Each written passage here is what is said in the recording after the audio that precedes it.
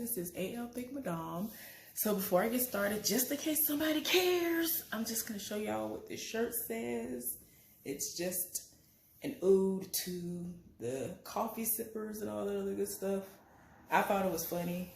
But yeah, I think it says, just give me coffee. Just give me the coffee and nobody gets hurt. It's just, you know, silly. But anyway, y'all, you see the title, so let's go ahead and get into this. So this episode starts out with actually showing the locking dance. They actually were recording an episode of Soul Train, and they just had all this amazing choreography surrounding locking, right? So fun fact, just in case y'all didn't know, locking was created by a man by the name of Don, as in Don Cornelius, Don Campbell. Now, initially the name of the dance was called Campbell Lock, excuse me.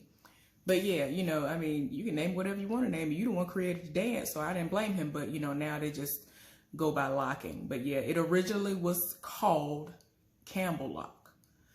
But yeah, y'all, crazily enough, y'all, that man passed away this year at the end of March. But yeah,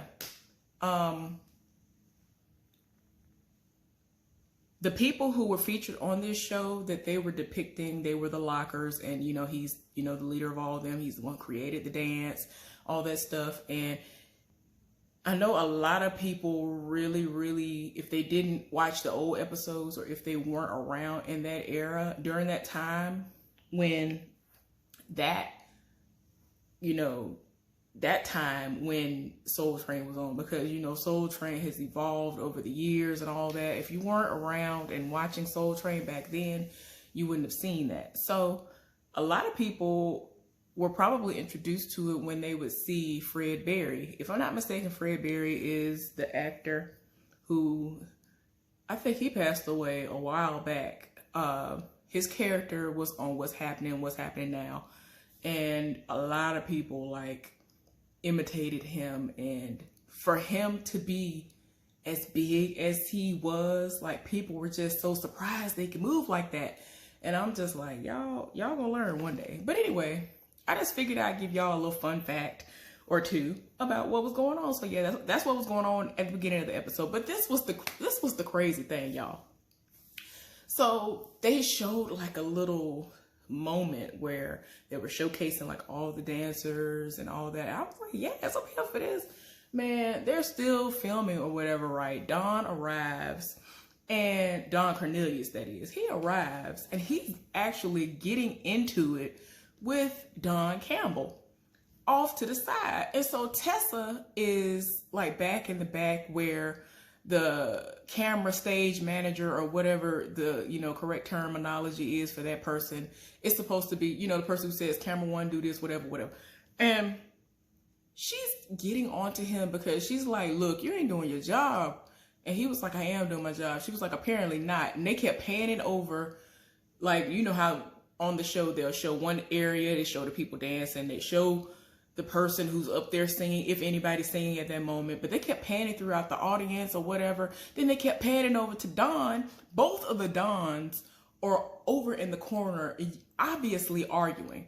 And I was like, what in the world going on right here? I'm talking about, it was so bad, the man had to tell everybody to cut. And like we already went over last season, well, I mean, if y'all weren't here, last season, the way it went was, they do a continuous take the whole time. It costs too much money to do all this stuff over again and all that. So Don is not here for nobody cutting and all that, because you costed him money. If you cost him money, then you need to go, especially if you're not gonna come up out of your pocket to reimburse him.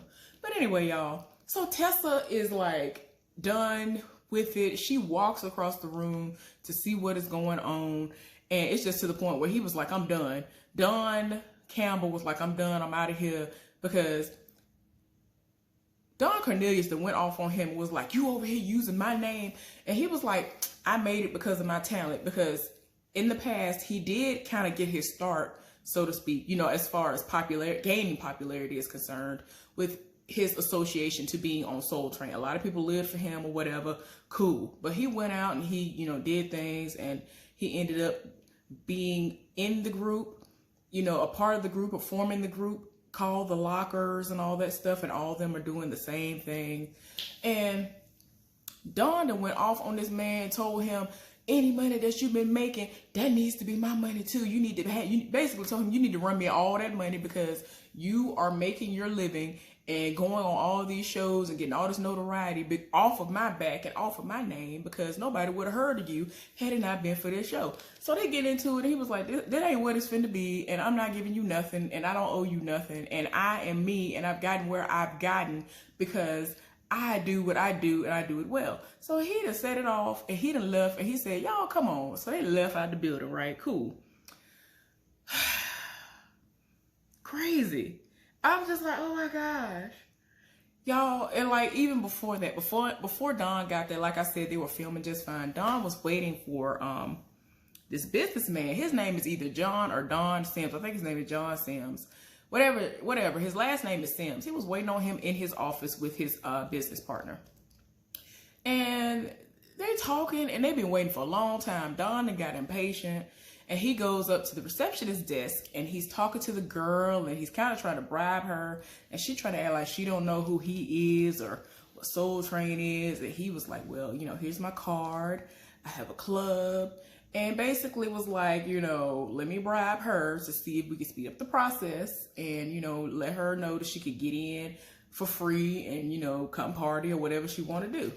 Okay, cool, whatever. Y'all, Dawn ended up sitting back down, and some random white man walked in there and said, I'm here to see John Sims. She got on the phone right then and there and said, whoever that man name is, he's here to see you. And he came right out from wherever he was. Like, apparently there was nobody back there with him, and he was free. And I don't know how long Don and his partner had been sitting there, but Don became very irate. He was tied in his spirit, and he just took that man back there. He was like, oh, I ain't got time. And y'all know how, if you watch the show, y'all know how Don get. Don set it off. He'd have slammed something on the floor and stormed out of the office.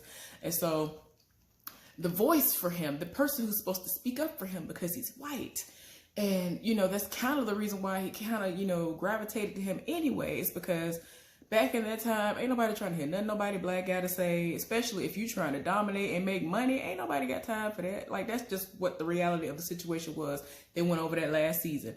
So he was, you know, he's supposed to be the voice for him. And so he, of course, is behind. He was like, I'm sorry for all this that's happened. I'm really, really sorry about this or whatever, and went on about their business. So anyway, back to now. Like I said, y'all, it's so bad.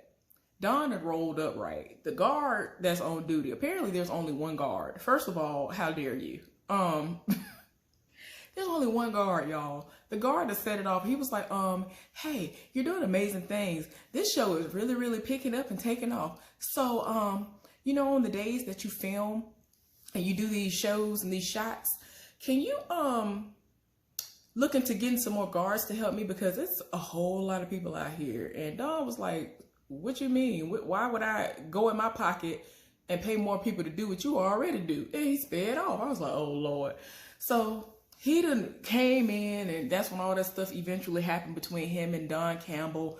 Don Campbell and his people left, and outside, before they left, Dick Clark rolled up on them.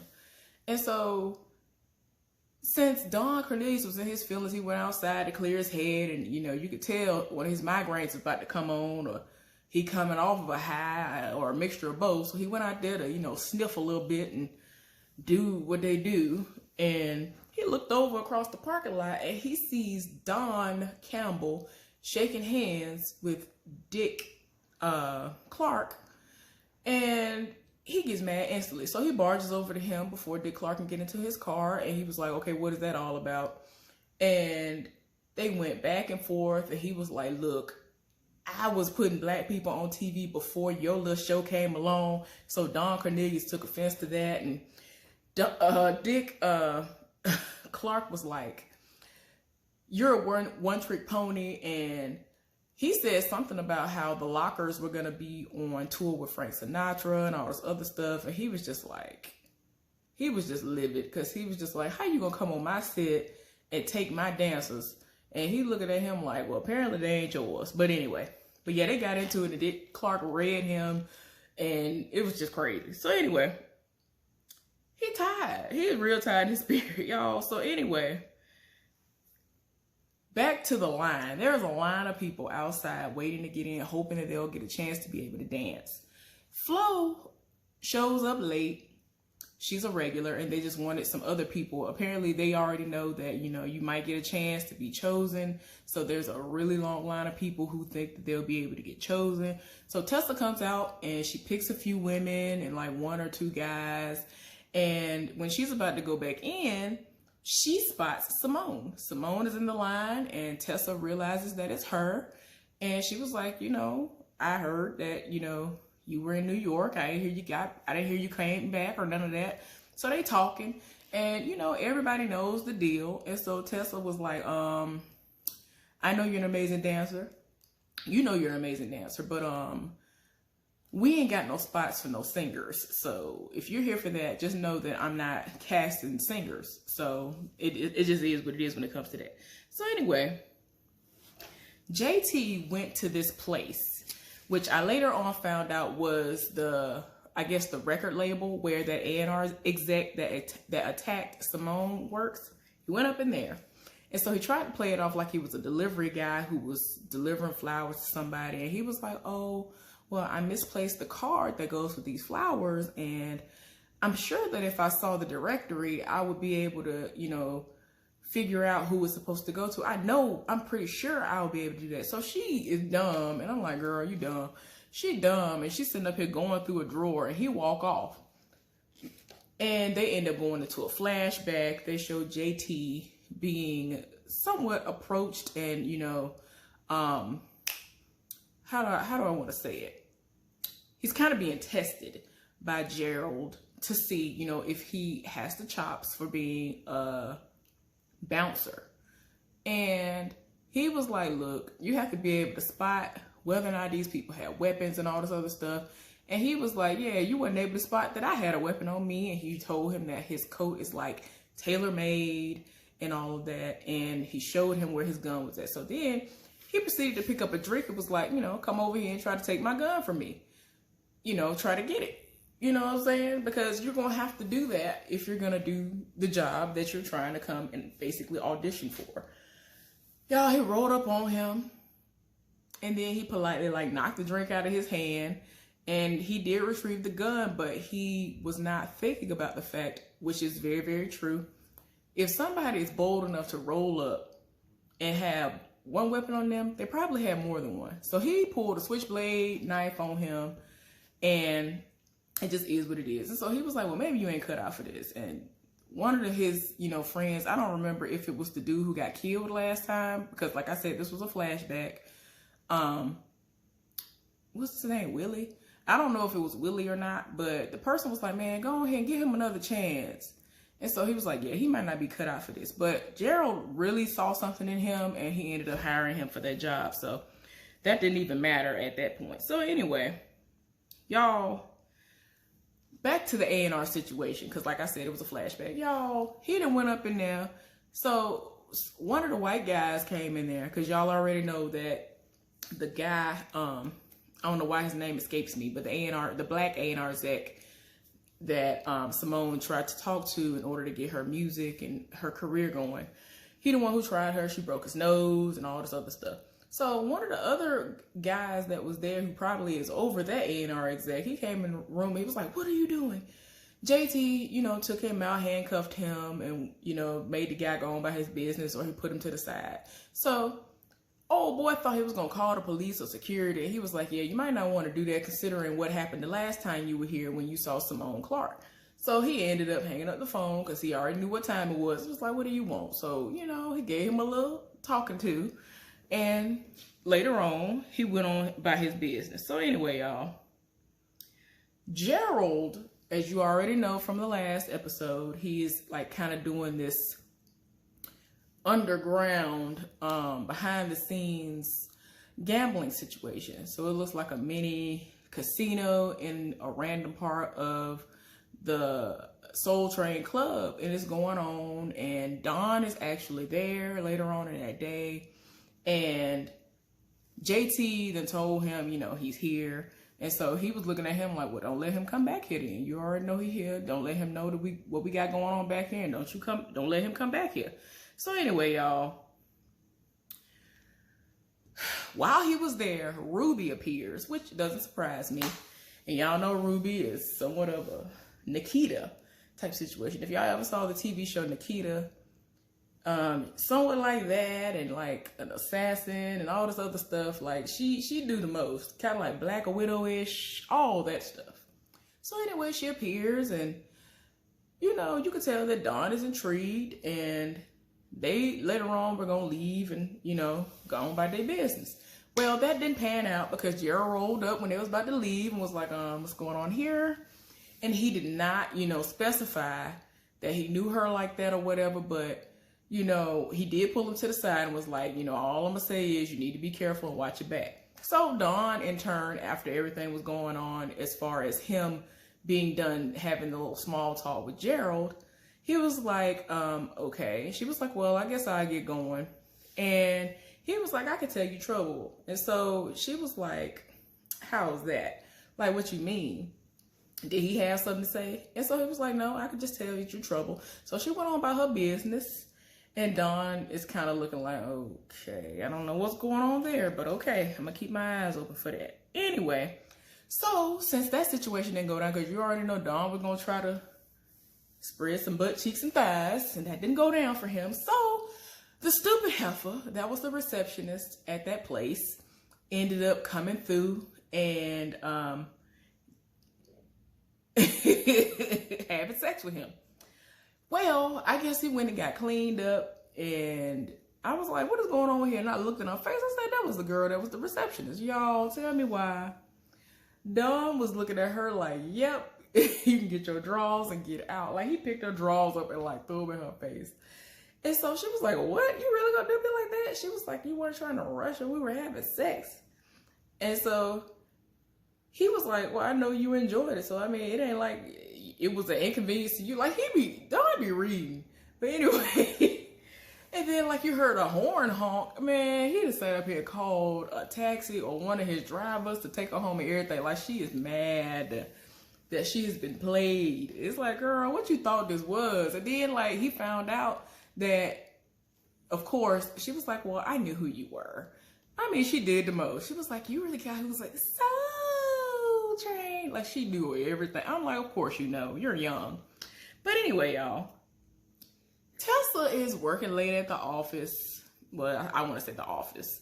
She's working late at the office, and the partner is there, and he always wants to read her about why she's divorced.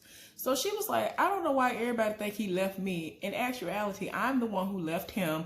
I don't want kids, and I want my career, and I want to be able to do what I want to do. So they had this moment where they kept talking about that, and she was just like, look, I know what I want, and that doesn't include kids and all this other stuff. And her husband was everything. So I'm like, girl, what's wrong with you? What's wrong with you? But anyway, he kind of tried to invite her out, and she was like, nah. And I've kind of been seeing the little connection, and I was like, So anyway, they show Simone at the house relaxing when TJ rolls up. And it's like nighttime, you can tell. And he basically lets her know that he rolled up on old dude, and, you know, without really saying that. And so she was like, are you just following me? Are you spying on me? And he was just like, look, all I'm trying to do is to tell you, I'm trying to get you to understand that your way of thinking is not going to always end the way that you think it should. It's not always going to pan out the way it did. You were lucky this time. So she was like, you don't tell me what to do. You ain't my daddy. You ain't my man. You can't run nothing over here. So he ended up hemming her up, right? So she thought she was going to use one of her moves that she learned in self-defense class, lies. And so he taught her a lesson in that moment and was like, sometimes you need to learn to run away because you're not going to make it in every situation. So he told her to drop her body. So she ended up dropping, and that was the way she was able to escape his grasp. So he ended up doing that, and then he left. But yeah, that was crazy. So the next day, Simone got ready. They actually showed Tessa at the office at one point in time after her conversation with I don't know why I never can remember his name. I forget if his last name is Ross or whatever. But anyway, the guy who is supposed to be the voice for Don, who is his partner, that's what I like to call him, his partner. After he left, she ended up calling somebody and was like, look, yeah, I know it's late, but we have a 7 o'clock thing and I really need dancers or whatever. So that was the person who she ended up calling, Simone. So anyway, the next day has arrived. Simone is getting ready. She looks cute, by the way. She is everything. And her mama, who is played by Kelly Price, comes into the room and they're talking and she and her feelings. And something that her mama says alerts her to the fact that JT is talking to her and feeding information to her. So she was like, well, I'm just glad you're all right and whatever. And so she was like, what? Why would you betray me like that? Like, we're not even together anymore. So she was like, I mean, what do you expect? You don't talk to me. I don't know what's going on with you. Then they ended up showing a flashback with the mama where, I'm talking about going back like over a year when he had gotten stabbed. So she reading, in a sense. She was like, what is going on? And they didn't give you any bandages. They didn't, basically they wrapped him up and just sent him home. And so like, he wasn't healing the way he needed to heal. So she was like, I'll be back in a few days. But before that, she was like, this needs to be changed and this needs to be cleaned and disinfected and, the ointment and all that other stuff need to be applied. And they actually showed her changing the bandages and all this other stuff. So it kind of showed how they have somewhat of a bond. And, he works down at the club, so he sees her every night. So it just is what it is. And he keeps a watchful eye over her in a sense. Well, in actuality, I don't know how, but yeah, he be knowing her ins and outs. He be knowing what's going on with Simone, even though they not together no more. And I kind of have a feeling they might get back together. I don't know. But you can tell that he still cares about her, because if he didn't, he wouldn't have gone through all that trouble to Harley. That's the dude. That's the exec's name. Y'all knew it was going to come to me. He wouldn't did all that to roll up on that man and risk his freedom to hem him up over her if he didn't still care about her in some way. So anyway, her mama got to do what she got to do because her own child won't talk to her. The brother off and God knows what waters, because he is doing the oil drilling situation. He out there on the oil rig and she back at the house and won't even talk to her. And like, that's really crazy because everybody lived for the dad and the daddy dead. So it's like, how dare you? Why would you be like that? Okay, y'all, I'm back. So anyway, Simone ends up showing up to work at Soul Train looking good. Like I already said earlier, y'all, she be looking good for no reason. Her body is everything. And she is like very pretty, very naturally pretty anyway.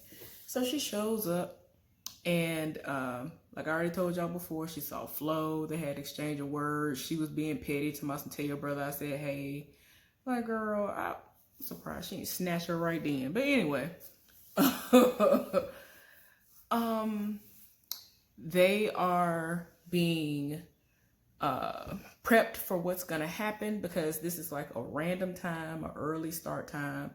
And while Tessa is in the middle of talking to them, kind of giving them a rundown of how things are gonna go, Don Cornelius comes in and he's telling her, like, he pulled her to the side and was like, I ain't here for this.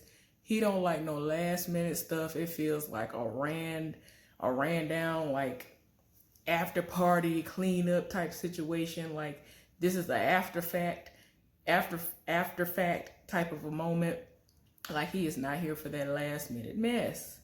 So she tried to tell him how she wanted it to go. He was like, nah, this is my show and this is the way it's gonna run. So he told her all kinds of stuff, how he need to pull people. He looked over at this one girl. Now, y'all be seeing stuff that I don't see, and it be like right in front of my face. Why did Don Cornelius look over to that one girl and said he don't like it? And like, after the whole situation was over with and he said how he wanted everybody to be seen, and whether you was going to be put to the side and not used at all or whatever, they pan back over to that girl. Like, what are they trying to make it seem like? Because she's like not obviously like for real black. I don't know if the girl was light skinned, mixed, or what. I don't know if that had anything to do with it or what. But I was like, okay, what is the problem with the girl? If the girl can dance, then what's the problem, y'all? So anyway, the I don't want to say the people's name wrong. The Tower of Power performed, and they performed that "What Is Hip" song, and I am trying to understand if it was, well, no. I mean, like, everybody that was behind the lead singer, which I forgot what his name is, was, like, not black. Let me just say that. So, I mean, I'd heard the song before, but I haven't heard that song that many times. But yeah, I just thought it was just a group of black people, but them people be playing them instruments, I tell you what. But that song was playing, and they did the recording, and Ruby showed up. So Don Cornelius sees her from across the room, and he looking like, all right, where does help come from? How'd she get in here? So he rolled up, and, you know, she literally is in there, like, dancing like she was just supposed to be there. I was like, girl, you knew you was wrong. You know the heifer don't care. So he over here trying to figure out why she there. She talking about she back in the band, and I'm just like, okay. Y'all, anyway, the guy who Don Cornelius tried to meet up with the other day done rolled up on him while they were in the middle of filming and trying to make it seem like he's interested in Soul Train and Don, the whole thing. Y'all, Don Cornelius went outside. He talking to old boy, and he mentioned something about the receptionist. So he was like, oh yeah. And, you know, kind of tried to make it seem like the girl is dingy and, you know, she's slow and all this other stuff. That man politely told him in a joking manner, like, yeah, you know, you get what you get when you know, use your best friend's daughter, 16-year-old daughter. Don Cornelius looked like his soul left his body when he realized that that girl he slept with was 16 years old.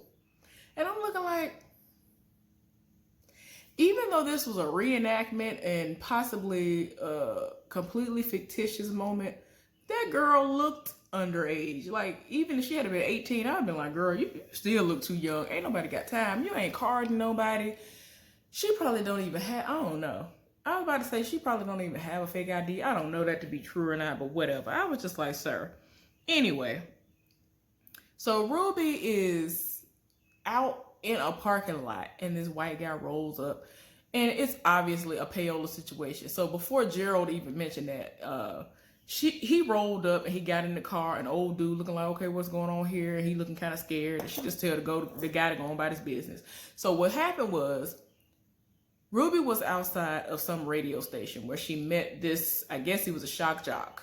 And she was paying him to spin whatever record was in her hand, whatever record he told her to spin or whatever. Well, whatever record she told him to spin, rather.